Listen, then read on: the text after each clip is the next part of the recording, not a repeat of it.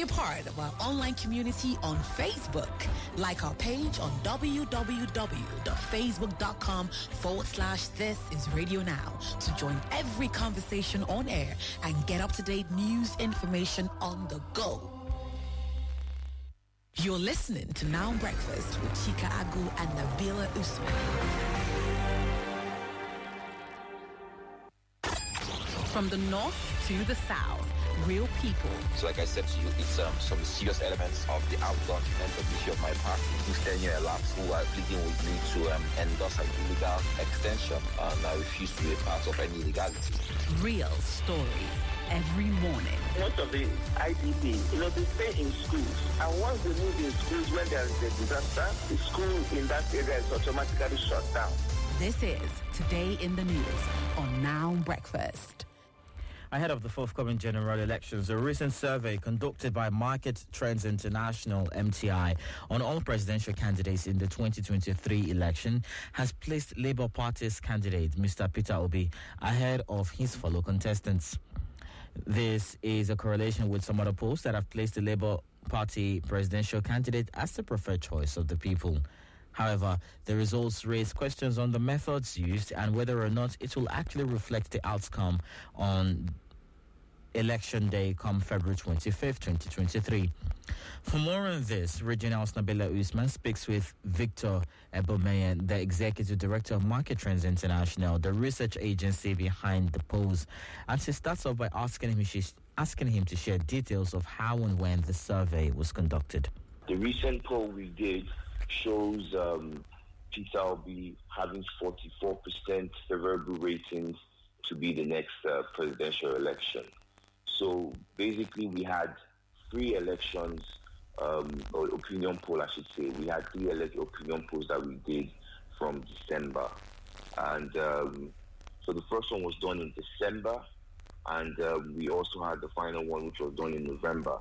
So basically we did a tracking study. So it was an opinion poll, but we used a tracking study approach in the sense that we wanted to see the political climate all the way from December 2021 to this year, December, to see the trend and the changes of people's mindsets and how they are thinking from December to November. So the sample size for December was, we did 2,000 sample size across 24 states. And we also did qualitative studies in 7 states. So we did 2 focus groups in 7 states, 1 rural, 1 urban. Then we did 2,000 sample size in 24 states across the 6 regions. Then in June, we now did a 1,000 sample size of the national representative sample. So we covered just the urban and suburban areas. And we now did November as well. We did the same thing we did again in June, which was the national representative sample, and we did it in the urban areas. So I'm wondering how reflective, or perhaps let's start with what exactly was the specific method you used beyond going to these regions or these states? Okay, so that's a good question. Because in our industry, we have specific ways of doing things. So when I say specific ways, it means that there are statistic formulas that are already being put in place to give you certain results. So going directly to your question, how did we collect this data? So we use a traditional method. Let me take you back to our history as an organization. Market Trends International has been in business for over 37 years. And we have affiliations with international research organizations like ESOMA, like WIND and Gallup. Like we represent those 3 organizations in Nigeria. So we have high credibility and we have a stake. So we don't just put out any information without vetting or doing our quality control. That is just for the data itself. But when it comes to collecting the data, how do we collect it?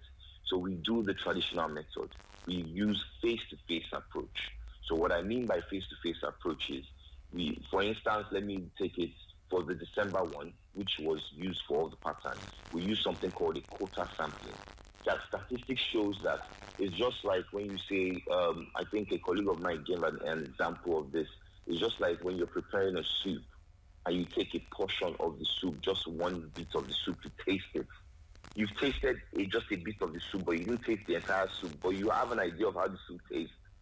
So it's exactly the same thing in statistics. Right. There is a formula that you draw out that would give you a statistic representation of a nation. So every country has a statistic sample. And for Nigeria, how do we get a national representative sample? What we do is we have 6 regions in Nigeria. So we make sure that we go to the most populated states in every of those regions, and we speak to people face to face. Right. So when we see them, we approach them, and just to avoid respondent bias and interviewers bias as well, we use experienced enumerators who have been working with us over time. Some of them have been working with us for close to 10, 20 years, and they have experience to be able to avoid respondent bias. We have an electronic quality control system that we use in our organization. So we record the audios of all the interviews. We map the GPS, right? We do checks of the data on a daily basis to check straight lining, validation, to make sure that the records of what we're putting out there is actually what was said on the field. So, the result of your poll essentially says that the Labour Party presidential candidate as of 2021 December was nowhere on the political scene. And now, or as at the time that you published this report, he was, by your respondents, he was the most popular of them. So can you be explicit? Is your report saying that he will win the election, or is it simply saying that he's a lot more popular than once upon a time? I think we can't say Peter Obi categorically will win the election. We can't say that. But we can say with the predictions, he's most favorable. So let me explain that. So let me take you through the trends. So in December, if you look at the report properly, it did mention that when you ask Nigerians who they were going to vote for, or who they were leaning towards, a lot of them did not know who they were going to vote for. I think a huge number of the percentage, as of December, did not know who they were going to vote for. And if you remember again, December 2021, there were no faces to the parties. It was just parties. Are you voting for APC? Are you voting for PDP? Right. So there was no actual names. So people were leaning towards parties as at that time. And Peter Obi wasn't in any existence. Labour Party hadn't come out with their candidates as at December. So when they came out in May with their candidates... That's May 2022. 2022, correct. Right. So I think that void, which was 45% as at December, was filled up by Peter Obi, because a lot of people were undecided. A lot of people did not know where they wanted to vote, right? So when Peter Obi came out, they now said, okay, this is the candidate we can vote for. And his popularity has just grown over time due to the fact that a lot of people are endorsing him, and he looks favorable to win the election. But let me take you back again, because we didn't just only rely on primary data. We also have secondary data. Our organization received a survey that was done for Atiku, the PDP party. This survey was done for him. It was sent to us, non-disclosure, right? And we also have Nesta, the one that was done for Nesta as well. And they all say the same thing. Even the one that was done for Atiku as well says the same thing as we're saying. But the only difference with the report that was done for Atiku is saying that, okay, yes, that Peter Obi, which is also the same thing in our report as well. Because if you ask a lot of Nigerians, who are you going to vote for? They will tell you, we will vote for Peter Obi. Majority of the people will tell you we will vote for Peter Obi. But when you now ask them, who do you think would win the election? It is across board. Everybody says Atiku. Right.